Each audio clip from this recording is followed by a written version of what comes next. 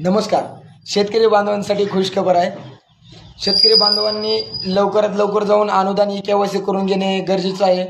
कारण अनुदान ई-केवायसी केल्यानंतर लगेचच 2 ते 3 दिवसामध्ये पैसे तुमच्या खात्यावर जमा व्हायला सुरुवात झालेली आहे.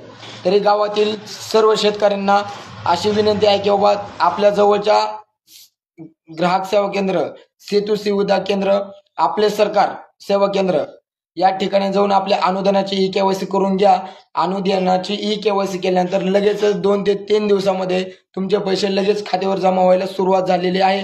काही जणांचे पैसे देखील पडलेले आहेत. ज्यांनी 2 ते 3 दिवसाखाली केवायसी केलेली आहे अशा लोकांचे पैसे खात्यावर पडलेले आहेत. त्याच्यामुळे गावातील जास्तीत जास्त शेतकऱ्यांना विनंती आहे की जास्तीत जास्त शेतकऱ्यांनी ई-केवायसी करून घेणे आणि 2 ते 3 दिवसात तुमच्या खात्यावर पैसे जमा व्हायला सुरुवात झालेली आहे. धन्यवाद. बोला सर.